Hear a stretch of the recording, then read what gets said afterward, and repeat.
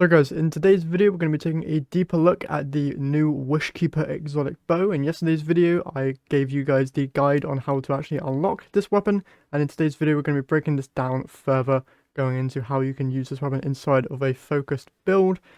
Sadly though, we are using this bow in its weakest form currently, as we do not have any of its upgrades or any of its catalysts. So currently it is in its weakest state, but as weeks progress through the season, we should be able to upgrade this weapon and make it a whole lot stronger, but that doesn't mean that we can't currently make it quite strong already. Gonna jump into all the details in this one, so if you're going to enjoy, as always, be sure to leave a like and subscribe to the channel if you haven't done so already. It's free to do, it really does help me out here a lot as we get closer and closer to that 1,000 sub goal.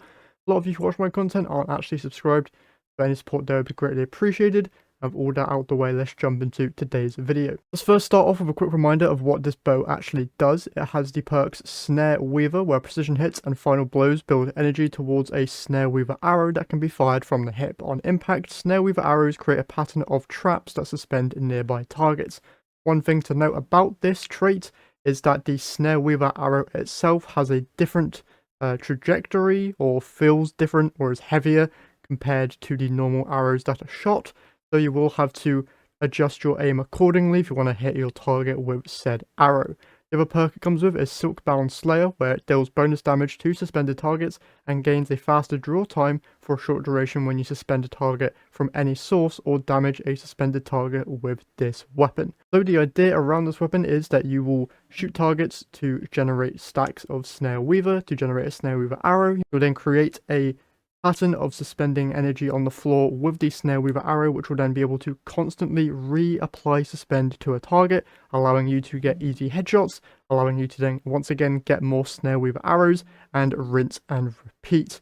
Now, with the catalysts that you'll be able to get for this weapon later, you can have a Vorpal Weapon refit, which will grant it Vorpal Weapon, a Hatchling refit, which will grant it Hatchling, or you can get two other refits that will either increase the size of the pattern that the Snare Weaver arrow creates, or increases the duration of the suspend effect from the Snare Weaver arrow. All of these are really good, so I'll need to mess around with each and every one of them to understand which is probably the best. Going off of paper though, if you want a good ad clear version of this weapon, the Hatchling refit will probably be the best option for you there. If you want a good option to deal with champions, Vorpal Weapon is obviously going to be the shout there. And if you just want to buff the weapon generally, you can go for the other two refits that either increase the duration of suspend or increase the size of the Snare Weaver pattern. Moving on to your Strand subclass though, if you want to take advantage of some of those aspects and fragments. In the footage that you've been seeing, the aspects that I'm using are the Wanderer on Warlock, which allows my tangles to suspend targets, and I'm also using Weave Walk just as a safety precaution there. But you could use Weaver's Call and pair that with the fragment Thread of Mind, where defeating a suspended target grants class ability energy. Pairing Thread of Mind with Weaver's Call would allow you to constantly get your Rift up, which would allow you to constantly be generating Threadlings, which isn't a bad combo there. Other fragments that you could pair with this would be Thread of Wisdom, where defeating suspended targets creates an Orb of Power. That's a very good one to have. Another fragment you could use would be Thread of Continuity, where it increases the duration of your Suspend, Unravel, and Sever effects. This would basically grant you the ability of one of the weapon's catalysts, so there's an option for you there. There are obviously other fragments you can go with, so Thread of Rebirth, Strand Weapon Final Blows have a chance to create a Threadling. This would basically replace the need for the Hatchling refit, although you could pair them together to get even more Hatchlings. Empowered Melee Final Blows grant your Strand Weapons Unraveling rounds.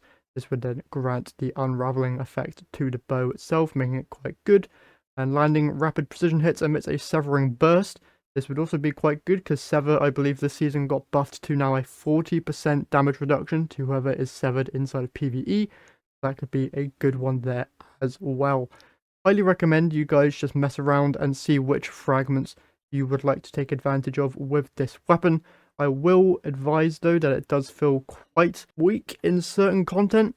This is very much a weapon that is great for dealing with champions and high level content, but I don't know how much you're going to get out of it inside of just base game activities. There are obviously better weapons that will allow you to complete said stuff faster, but building into it could create quite a fun weapon to use, and obviously once we get those upgrades it'll become even stronger, so I'll be covering those once we get access to them.